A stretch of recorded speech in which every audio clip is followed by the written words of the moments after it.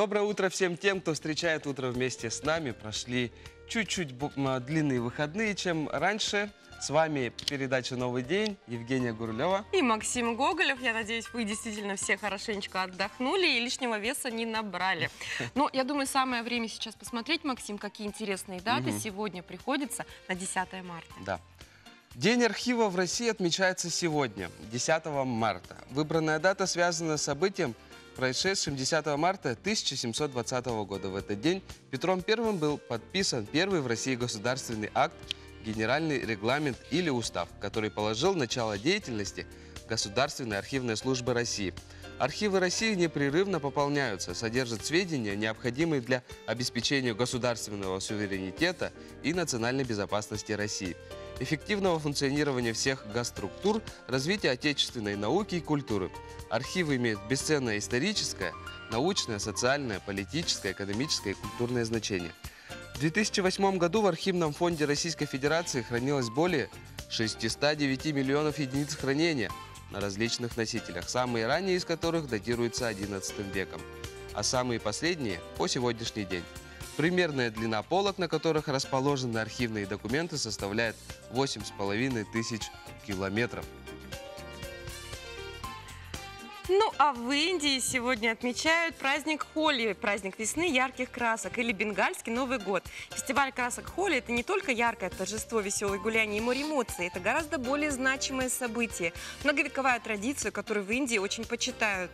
Холи празднуют ежегодно на протяжении 5 дней. Существует несколько легенд о происхождении праздника. По одной из них название Холи произошло от имени демоницы Холики, которая не верила в главного богу Вишну и поэтому сгорела в костре. А другая связана с тем, что бог Шива испепелил взглядом бога любви Каму, но, смилостившись, даровал ему возможность на 3 месяца в году возвращаться в живом теле в этот мир. Буквально Санта-Барбара индийская. И в то же самое время в этом мире все расцветает. В любом случае Холи олицетворяет собой начало весны и прощание с зимой, ведь именно тогда пробуждается природа. А начинается торжество со сложения чучела. Правда, похоже на русскую масленицу? Ну и к событиям. В 1564 году в Москве вышла первая печатная книга «Апостол». Книга создавалась в типографии Ивана Федорова и Петра Мстислава, которые вошли в историю как русские первопечатники. Выбор «Апостола» на первое издание художественной типографии был не случайен. «Апостол» в Древней Руси использовался и как богослужебная книга, и для обучения духовенства. Работа над «Апостолом» велась в течение года с апреля 1563 года по следующий год, 1964. Для напечатания необходимо было отлить шрифты, сделать оборудование. Процесс был очень кропотливым. Ну а 10 марта 1889 года американский бизнесмен из города Канзас-Сити Элмон Браун Строуджер запатентовал автоматическую телефонную станцию, чем заслужил титул отца всех АТС. Самое интересное, что Строуджер не был изобретателем, он был, внимание, гробовщиком. Бизнес его процветал ровно до тех пор, пока жена одного из его главных конкурентов не устроилась телефонисткой на коммутатор местной станции. Трудилась женщина на славу. С момента ее трудоустройства дела Строуджера пришли в упадок. Неудивительно, ведь всякий клиент, нуждающийся в похоронных услугах, стараниями дамочки миновал номер незадачливого Строуджера, попадая прямиком к расчетливому супругу телефонистки. Но Алман Строуджер не только не опустил руки, но и, спасая собственный бизнес, сделал великое открытие. Он стал изобретателем декадно-шагового искателя, исключающего необходимость использования оператора для установления соединения с конкретным абонентом. АТС Строуджера, вступившая в действие в 1892 году, получила известность как телефон без барышень и без проклятий. Такие вот знаменательные даты, быть может быть, знаменательные даты есть сегодня и у вас. Вы можете ими поделиться в прямом эфире по номеру WhatsApp 8 914 279 22 62. Пишите, мы расскажем, что же у вас сегодня интересненького. Ну давайте, Женя, давай узнаем, какая же погода ждет нас на сегодня. Давайте. По данным Якутского управления по гидрометеорологии и мониторингу окружающей среды, утром в центральных Улусах минус 18, минус 20, днем минус 9, минус 13. В Заречных минус 17, минус 25, днем минус 9, минус 14. В Южных минус 16, минус 20, минус 8, минус 10 днем. В Вилюйских группах Улусов 21, минус 26, днем минус 18, минус 21. Нижнеленских минус 20, минус 28, днем минус 18, минус 22. В западных минус 14, минус 29. Днем минус 12, минус 22. В Колымо-Индигирских минус 23, минус 31. Днем минус 19, минус 28. В Янских минус 29, минус 33. Днем минус 23, минус 27. На северо-западе минус 32, минус 40. Днем минус 30, минус 35. В Якутске в 6 часов утра температура воздуха минус 20 градусов, атмосферное давление 745 миллиметров ртутного столба, ветер юго-восточный 3,8 метров в секунду. Днем ожидается минус 11, минус 13 градусов. Что ж, мытье рук — тема, казалось бы, избитая, но тем не менее актуальная. Многие инфекционные заболевания попадают в организм как раз-таки через немытые руки. Это можно избежать, хорошо помыв их. Давайте посмотрим об этом в следующем сюжете. Для начала нужно определиться, чем обрабатывать руки. Если выбирать между кусковым и жидким, то в домашних условиях подойдет кусковое. Но в приоритете, по словам врачей-инфекционистов, все-таки жидкое. А все потому, что на поверхности кускового, как правило, скапливается большое количество бактерий, которые размножаются и, соответственно, могут переносить различные инфекционные заболевания. Перед тем, как начать мыть руки, предварительно необходимо снять кольца, часы и браслеты. Намыливать руки нужно не менее 20 секунд. Следуя европейскому стандарту обработки рук, начинаем с растирания ладоней друг от друга. Ладонью одной руки растираем тыльную поверхность другой. Соедините пальцы рук между собой и растирайте внутренние поверхности пальцев вверх и вниз. Соединив пальцы в замок, тыльной стороной согнутых пальцев растирайте ладонь другой руки. Вращательные трения проделайте с большими пальцами и с запястьями. Повторите ту же последовательность движений под струей воды. После мытья рук их необходимо вытереть. Самое безопасное в плане санитарно-гигиенических правил – использование бумажных полотенец. Они хорошо и быстро сушат и, как правило, для одноразового пользования. В самолетах, поездах и в других случаях, когда руки помыть нечем, поможет антисептический гель. Но нужно помнить, что такие гели содержат антибактериальные средства, которые пагубно влияют на нашу нормальную микрофлору, которая также в большом количестве находится на наших руках и имеет защитные свойства от других болезнетворных бактерий. Поэтому используйте антисептические гели лишь в исключительных случаях. Такая же история и с влажными салфетками. Мойте руки правильно, и чем чаще, тем лучше. Ну что ж, друзья, мы продолжаем наш эфир. Прошли те времена, когда деньги хранились в бумажном виде, где-нибудь дома в укромном уголке, в книгах или под подушкой, под матрасом. Сейчас деньги хранятся на карточках, на счетах, и не просто хранятся, они зарабатывают. Об этом мы сегодня поговорим с нашей гостьей, финансовым экспертом Еленой Борзой. Елена, доброе утро, как настроение? Доброе утро. Ну, да, многие слышали про системы дополнительного заработка, да, на банковских продуктах. Но все-таки, я думаю, что большинство наших телезрителей еще не совсем знакомы с этой темой. Расскажите нам, какие способы есть? Здесь бы я хотела, наверное, стандартное открытие депозитного счета, попросту вклады. Ситуация такова, конечно, что сейчас ключевая ставка Центрального банка, она снижена и, скорее всего, будет снижаться, поэтому средние ставки по вкладам 4-5%. Ну, немного на самом деле. Хотела бы поэтому обратить внимание на рынок инвестирования. IT-технологии – это то, что будет развиваться, хорошо себя сейчас, в принципе, чувствует на сегодняшний день. Поэтому IT-технологии, общемировые компании, технологии какие-либо, да, вот в эту сторону посмотрела. И, наверное, все-таки в сторону драгметаллов. То есть куда мы вкладываемся, да? Да, золото, оно не обесценивается, это твердая достаточно валюта, та, которая будет себя чувствовать очень хорошо и в дальнейшем, и будет только расти. Сколько, как нужно покупать, как вообще действует процесс? Хочу как вложиться вести в мониторинг, золото. да, вот золото, допустим, цены на золото? Ну, естественно, это есть официальные сайты, Центральный банк, да, какие-то либо банки предлагают чуть меньше, чуть больше, поэтому это нужно смониторить и на официальных сайтах самого банка, и Центрального банка, безусловно.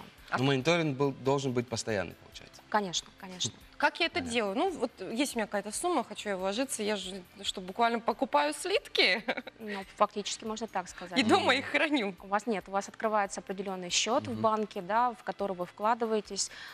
Стартовые суммы, как правило, начинаются от 50 тысяч рублей. Поэтому нет, это не живые слитки, безусловно. Это открытие счета определенного, который работает. Под в банке. золото, получается. Да, да. А что такое кэшбэк, бонусы и скидки? Да, Расскажите про сейчас почти в каждой рекламе банковских Да. продуктов, различных банков российских, даже разных, скажем так, сотовых компаний, это все звучит. Я думаю, что пожилые люди, они немножко не в теме.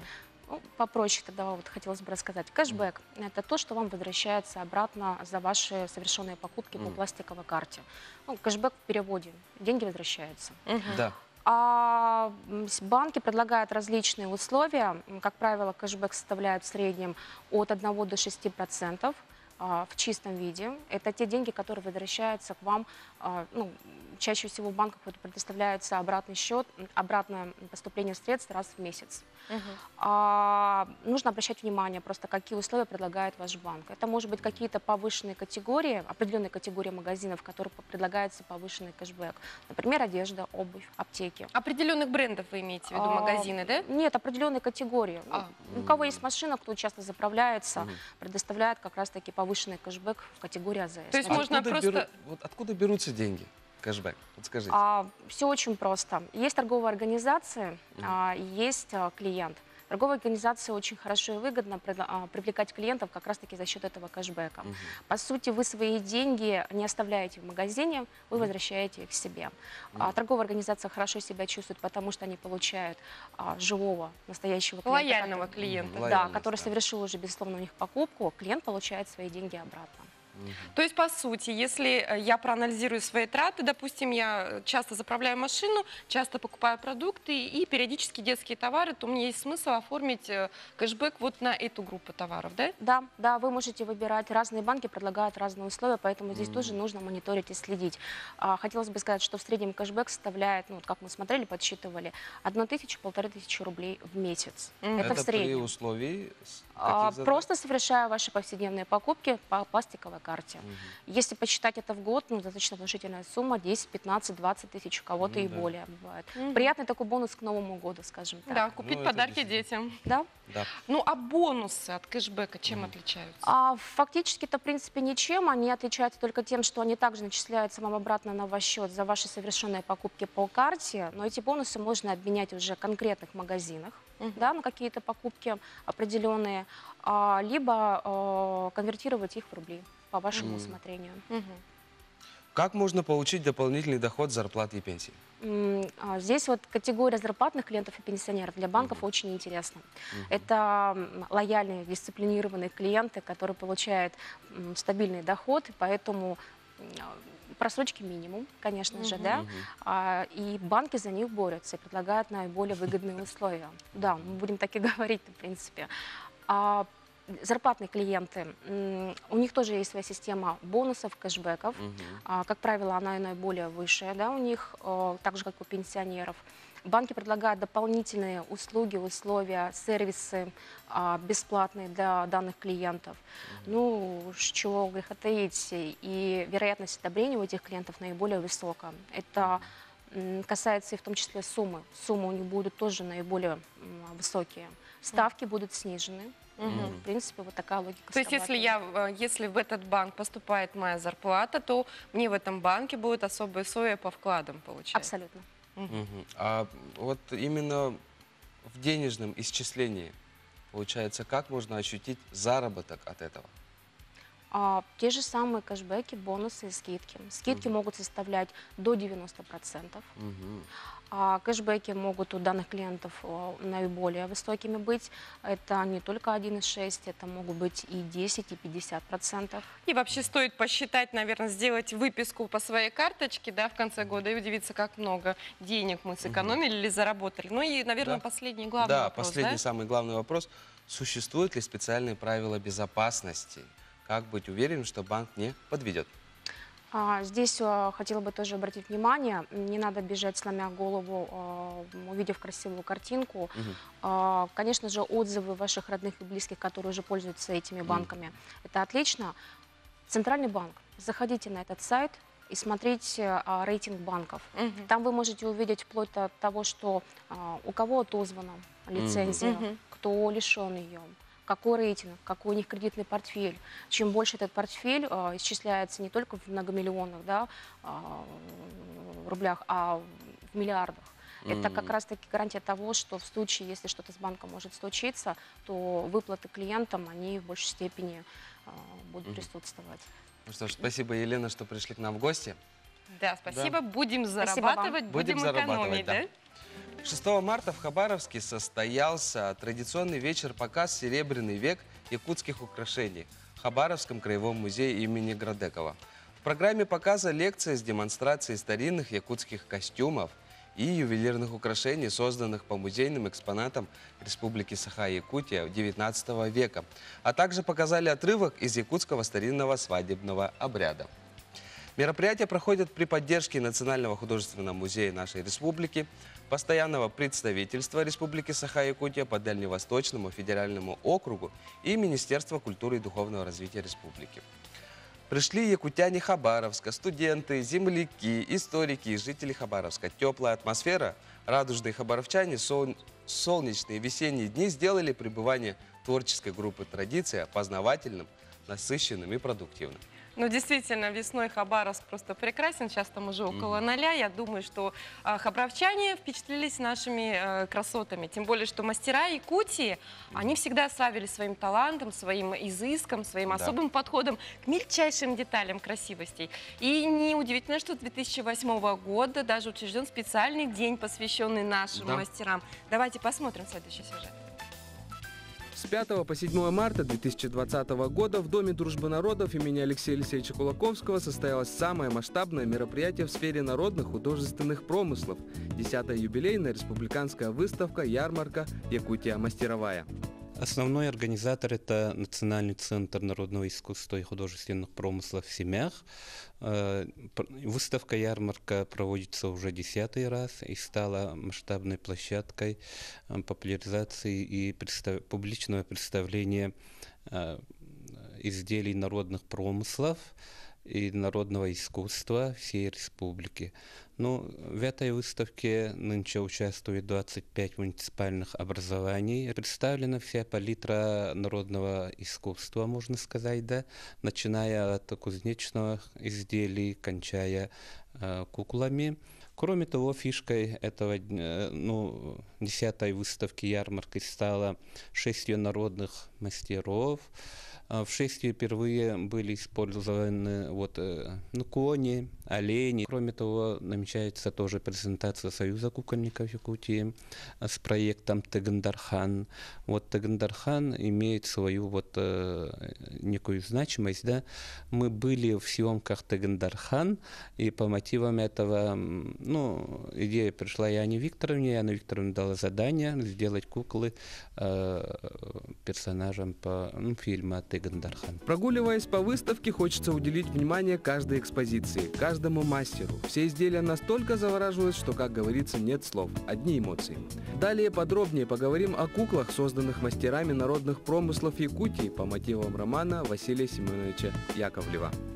Когда я первый раз на выставке участвовала куклой в одежде 16 века, Яна Викторовна попросила сделать композицию на тему Тегандархана. Полимерная глина продается сейчас в творческих магазинах, а одежду доставать трудно, потому что сейчас в основном материалы кожа, рулдуга, если даже продаются, то они уже крашеные, поэтому естественный цвет искали долго. Именно в то время красок же не было, поэтому мы были заняты этой работой целый год.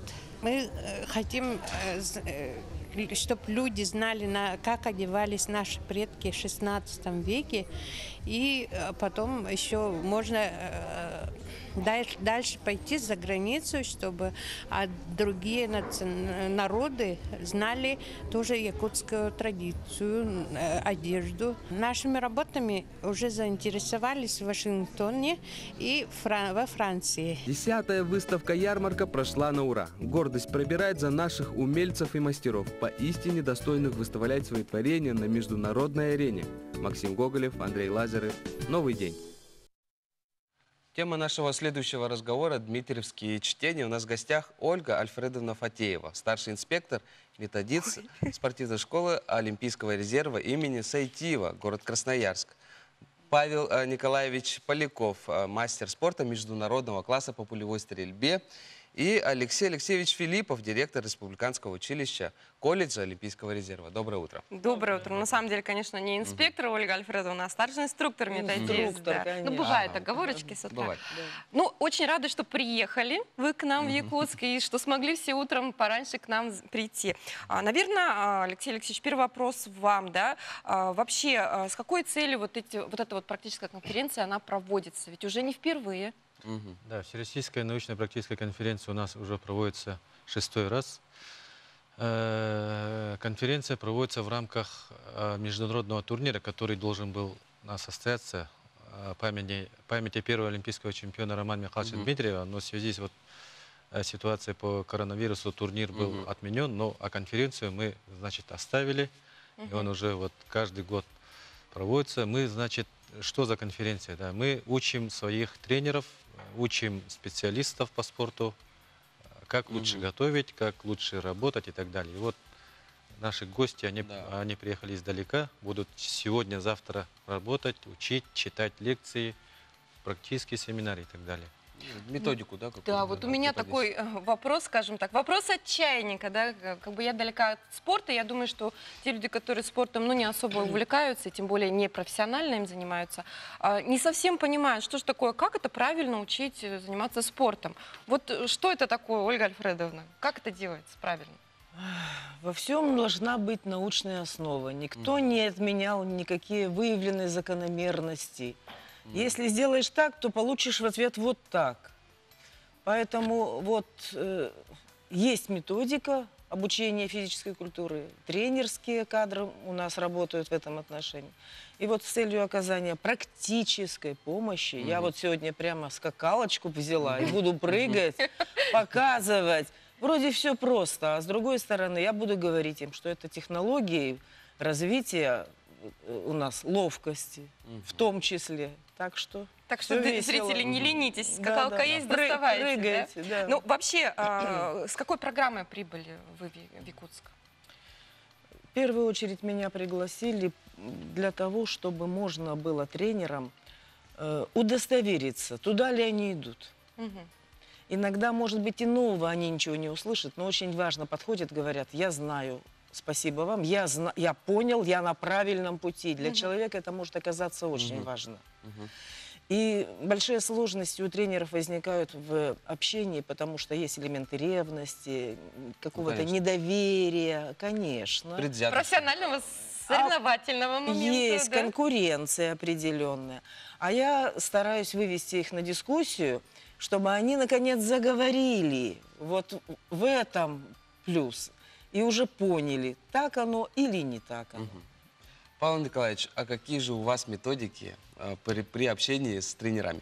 Да, вот вы мастер спорта международного класса. Я хочу передать свой опыт 20-летний, именно в этом виде спорта. Помимо того, что я стрелял раньше, я сейчас занимаюсь разработками мишенных установок, которые как раз помогают, особенно в Якутии. Мне понравилось, что даже национальные виды, я к ним сделал вот эти вот вещи, которые все просто довольны и счастливы.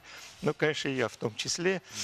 То есть осуществилась даже моя мечта давнишняя, сделать то, чего никто не сделал в мире. Да? То есть, может быть, у каждого такое есть.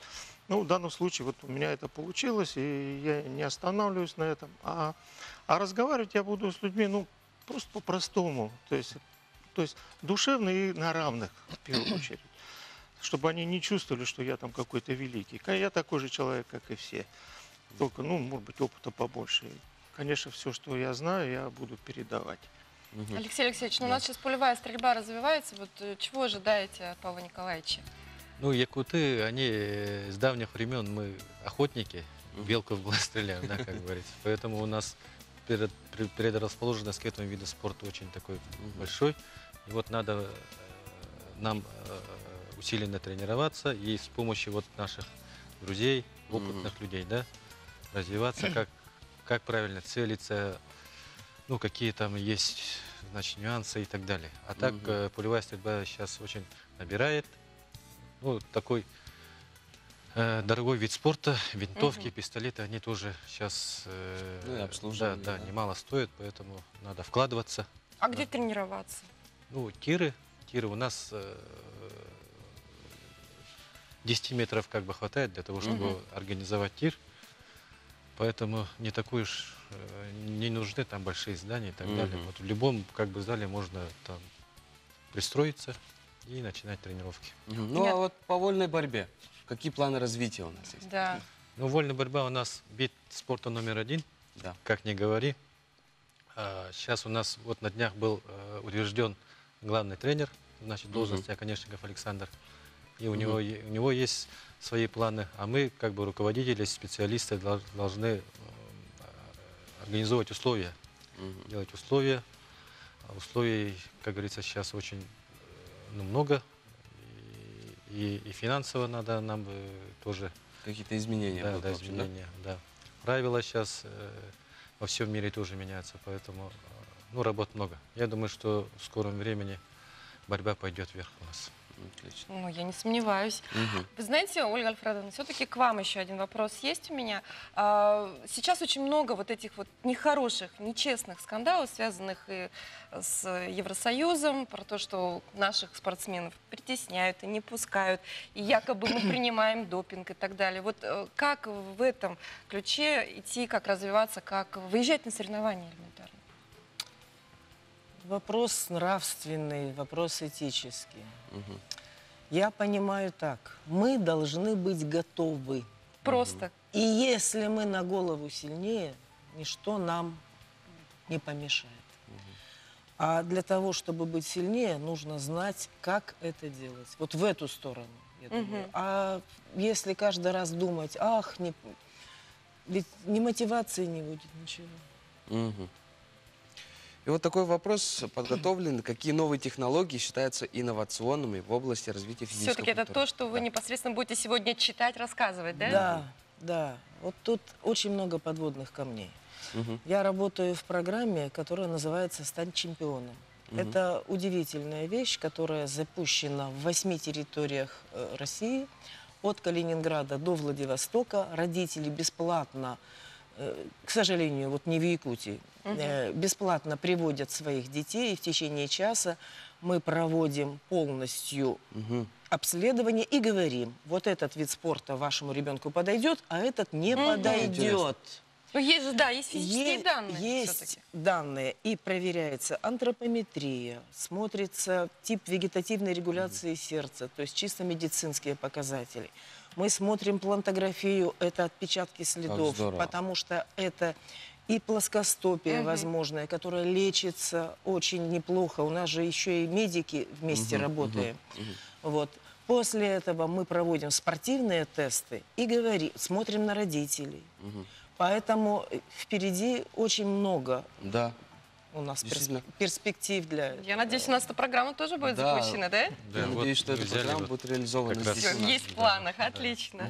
Спасибо большое, что пришли к нам в гости. Хороших вам дней, Хорошего хороших, насыщенных. Ну и пусть наши спортсмены нас радуют. Да, а телезрители, вы не переключайтесь, это просто короткий перерыв. Да, мы вернемся.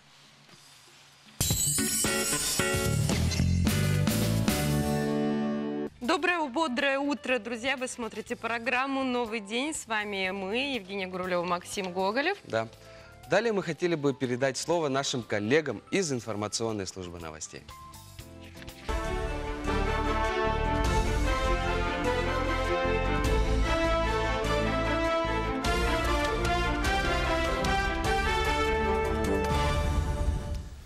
Здравствуйте. В прямом эфире новости. В студии Андрей Погорелов с информацией к началу дня.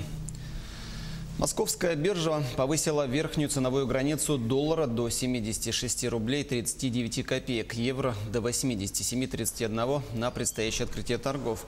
При этом нижняя ценовая граница на нефть марки Brent установлена на уровне 36 долларов 86 центов за баррель. Отмечается, что данные значения предварительные, как ожидается, итоговые показатели будут опубликованы сегодня до 9 часов утра по московскому времени. Напомним, цена на нефть Brent 9 марта рухнула на фоне новостей о том, что страны ОПЕК+ не договорились о дальнейших ограничениях нефтедобычи. За нефтью обрушился и рубль. Евро на международных торгах поднялся до 85 рублей, доллар до 74. Мировые цены на нефть замедлили темпы падения, в понедельник днем отыграв треть утреннего обвала в 30%. Между тем, на этом фоне Федеральная антимонопольная служба постоянно следит за ценами на социально значимые товары, в том числе продукты питания. И в случае выявления нарушений антимонопольного законодательства принимает соответствующие меры. Однако, подчеркнули в ведомстве, если динамика цен определяется изменением общих условий обращения товаров и она не связана с монополистической деятельностью участников рынка, то в этом случае вмешаться регулятор не сможет. Число заболевших в России коронавирусом увеличилось до 20 человек. За последние сутки зарегистрировано 3 случая, все в Москве. Заболевшие посещали Италию в последние 2 недели. Таким образом, из числа инфицированных новой коронавирусной инфекцией в России 2 являются гражданами Китая, 1 итальянец, остальные 17 заболевших граждан России, которые находятся в стране, вернулись из Италии. По данным Роспотребнадзора, всего в мире известно о 109 974 подтвержденных случаях заболевания новым коронавирусом. Из них вне Китая зарегистрировано более 29 тысяч случаев. За сутки прирост составил почти 4 тысячи. Первые случаи зарегистрированы в Албании и Бангладеше. Все заболевшие прибыли также из Италии. К другим темам. В школах появятся уроки предпринимательства, разработанные ведущими российскими компаниями. Правда, в рамках доп. Образования, кружков, факультетов, мастер-классов. Школьники должны получать знания и навыки, которые позволят им стать востребованными специалистами, адаптироваться к меняющимся условиям и предотвращать риски, отметил министр просвещения страны Сергей Кравцов. Будущим бизнесменам предоставят методические разработки по развитию предпринимательских компетенций и финансовой грамотности, созданные благотворительным фондом «Вклад в будущее». Высокотехнологичный бизнес в формате игры предлагает школьникам реальные суперинтересные задачи. И если уроки бизнеса только в планах, то уже начиная с сегодняшнего дня и по 13 марта российские школьники напишут итоговые контрольные по химии и истории. Варианты проверочных работ для каждой из школ будут генерироваться автоматически из банка оценочных средств. ВПР для учащихся 11 классов проводится по решению учебного заведения и предназначены для выпускников, не выбравших эти предметы для сдачи единого госэкзамена. Каждая школа может самостоятельно выбрать для себя удобную дату проведения проверочных работы в отведенном интервале. Работы по истории проведут более 12 тысяч школ, по химии 10,5 тысяч.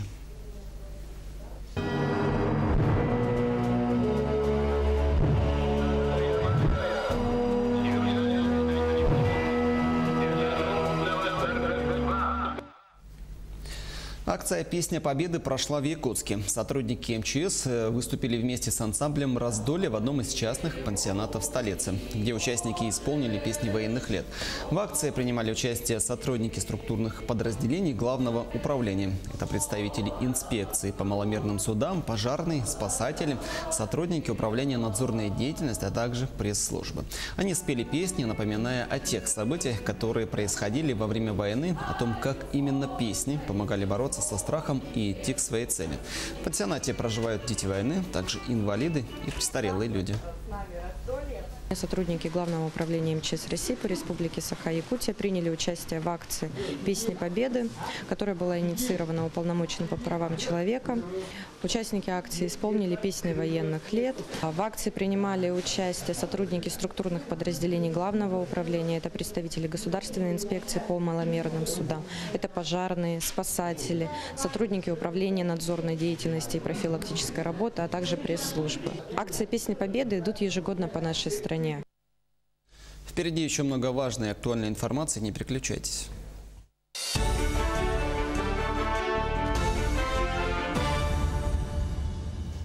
Ну что ж, друзья, первый рабочий день, новости вроде бы как хорошие, а у нас хорошие гости уже в студии. Буквально недавно закончился фестиваль-конкурс оркестров и ансамблей. Сегодня по итогам и, естественно, по планам филармонии у нас в гостях Наталья Владимировна Базель, художественный руководитель Государственной филармонии Республики Саха-Якутия имени Галины Кривошапко. Наталья Владимировна, доброе утро. Ну, как прошло? Доброе. Конкурс прошел, я считаю, замечательно. У нас хорошие итоги, результаты. Но хотелось бы немножко сказать, что этот фестиваль-конкурс оркестров и ансамблей, который всегда посвящается Василию Васильевичу Андрееву, создателю первого русского оркестра в нашей России, проходит с 1996 года. И в этом году он уже был 13-й. Проходит он через год, а на следующий год, то есть на следующий год на территории, опять же, нашего города Алдан, где располагается наш филиал нашей филармонии, будет проходить конкурс исполнителей, музыкантов под названием «Радуга Севера». Мы его посвящаем Марку Жиркову, нашему музыкальному деятелю, который вложил очень много в перспективу развития всего музыкального направления в нашей республике. Что нужно сказать, что всегда возглавляют наши конкурсы на территории Алдан профессора Российской академии музыки имени Гнесиных. Мы уже посчитали их целых 6 человек, причем, вы знаете, не по одному разу. И в этом году у нас... Постоянные гости. Они не гости, они наши кураторы. Они наши кураторы, как ведущие мастера, как Александр Цыганков, Михаил Горобцов, Михаил Мханицкий, Андрей Горбачев, который и в этом году возглавлял наш конкурс в рамках национального проекта «Культура. Творческие люди». Не только возглавлял как председатель жюри, солист концертов и провел курсы по повышению квалификации. Чем отличаются наши форумы музыкальные на территории города Алдан. Ну и наши молодые преподаватели Российской академии музыки, Евгений Волчков, его здесь видели в качестве дирижера уже в Якутске с нашим алданским оркестром. И сегодня это уже взошедшая звезда Екатерина Мочалова, которая по программе Юрия Башмета не только в нашей стране, но и за рубежом со всеми практически симфоническими оркестрами. Звезды. Звезды. И вот эти звезды, они курируют наше дело в нашей филармонии в городе Алдан.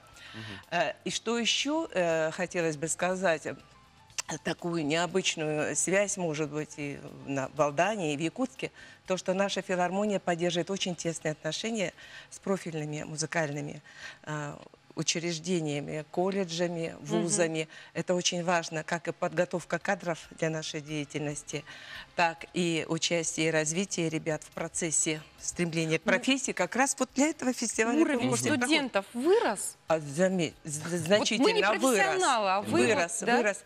И вы знаете, вот как раз то, что мы знаем, уровень студентов нашей замечательной высшей школы музыки, мы гордимся ею, и это нам видно и заметно здесь.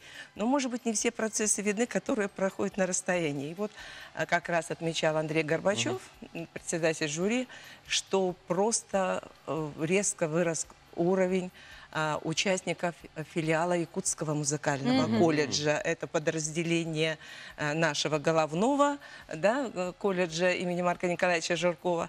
Все абсолютно номинации в лауреатские первые, вторые, третьи места в Сузовской номинации они взяли и в секторе педпрактики.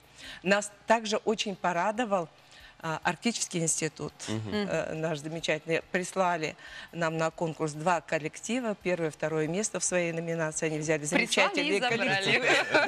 Замечательно. Ну а гран-при взял наш уже всеми любимый не только в республике, но и в стране ансамбль балалайщиков «Баланс». Это уже профессиональные музыканты нашей филармонии. Это потрясающие результаты, учитывая, что филармония уже 10-й год свой отсчитывает. Да, Максим? Да, 10-й. Расскажите поподробнее про «Северное сияние». Да. Ну, если говорить о «Северное сияние» поподробнее, ну, мы некоторую интригу все-таки оставим. Конечно, мы очень готовимся, все-таки 10-й наш фестиваль. Скоро будет, да? Скоро, как всегда, октябрь месяц полностью.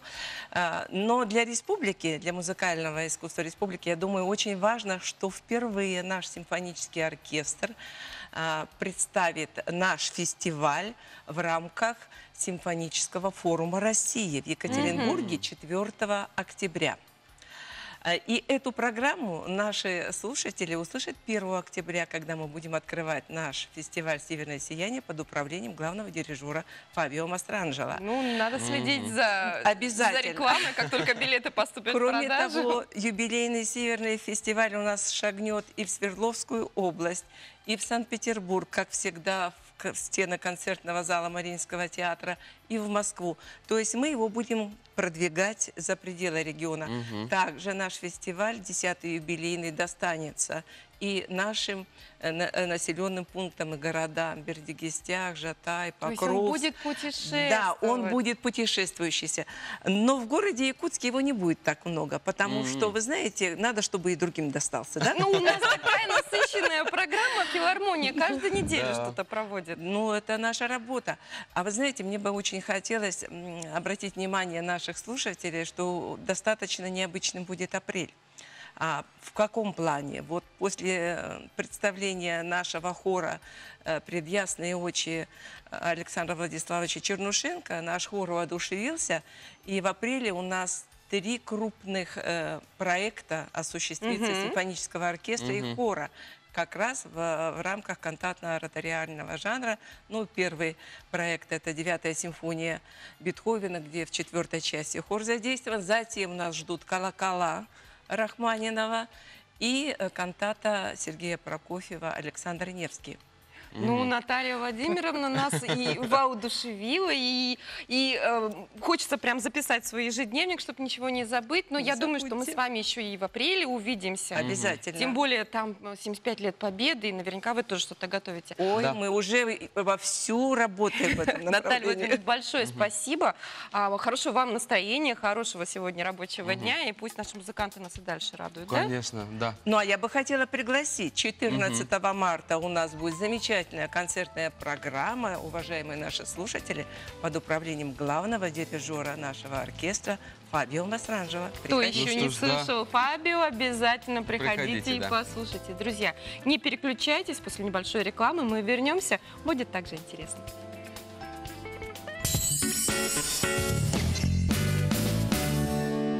И снова доброе утро, дорогие телезрители. В эфире главного телевизионного канала передача «Новый день». С вами Евгения Гурулева. И Максим Гоголев. Мы-то проснулись, а вы позавтракать успели? Да, надеюсь, да. Хотели бы вам напомнить, какая погода ждет нас на сегодня.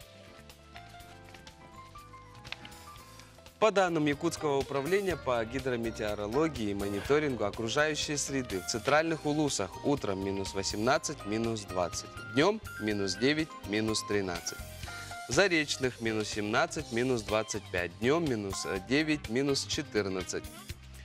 В Южных минус 16, минус 20, днем минус 8, минус 10. Они лидируют у нас по теплу, можно сказать. В Вилюйских Улусах минус 21, минус 26, днем минус 18, минус 21. В Нижнеленских минус 20, минус 28, днем минус 16, минус 22. В Западных минус 14, минус 29, днем минус 12, минус 22. В Колымо-Индигирских минус 23, минус 31, днем минус 19, минус 28. В Янских минус 29, минус 33, днем минус 23, минус 28.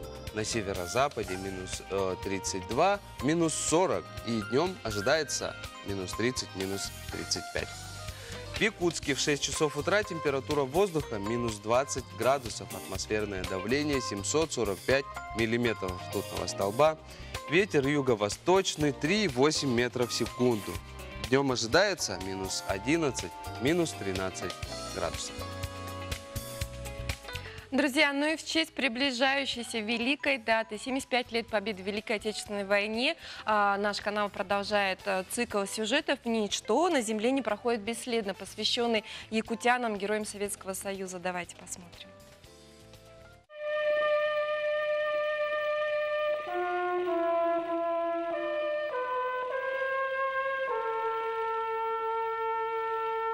Мужчины рода Чусовских храбро сражались на фронтах Великой Отечественной.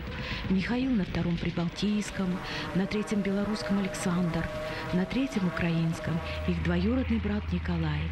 Но на тех фронтах встретиться им не довелось.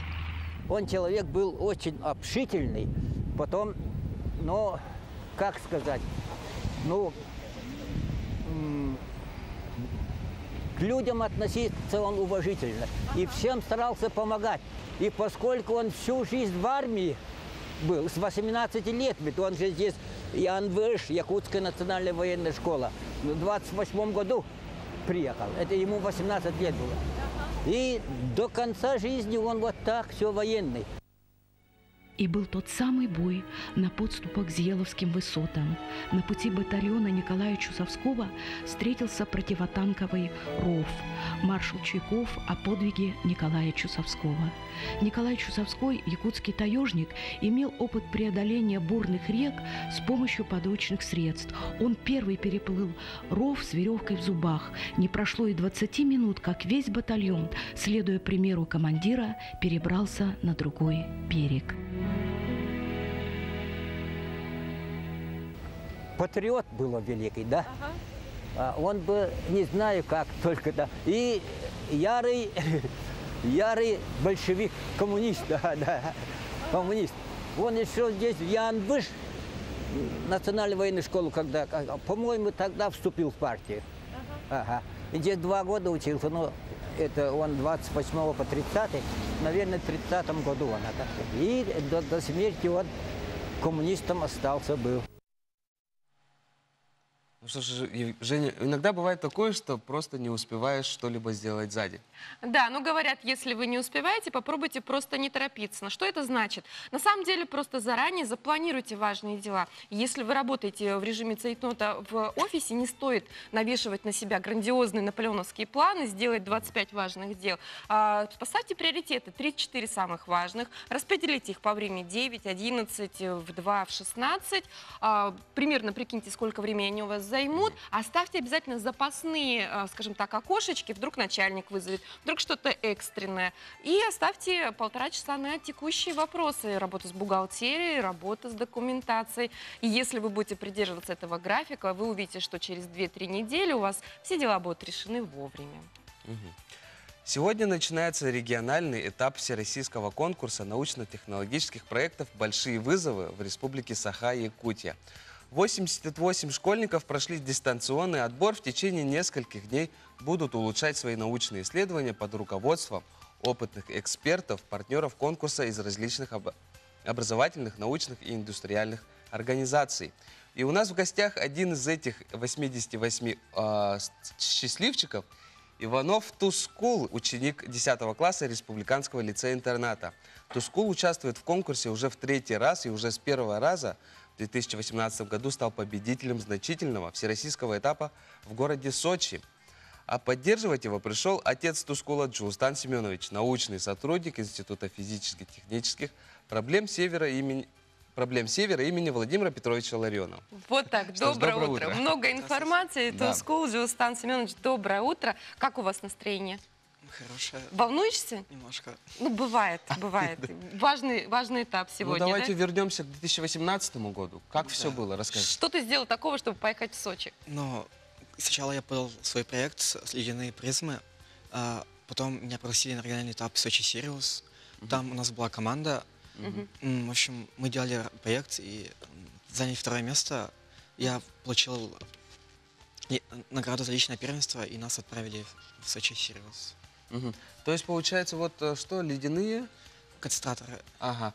По этой теме вы собрали целую команду и защищали, нет, да? Это наш проект, и он нужен был, чтобы войти на региональный этап. Расскажи поподробнее, что за проект? Да, о чем он? В чем его польза? Ну, мы использовали их для автономного дома. Получается, он должен стоять в Арктике.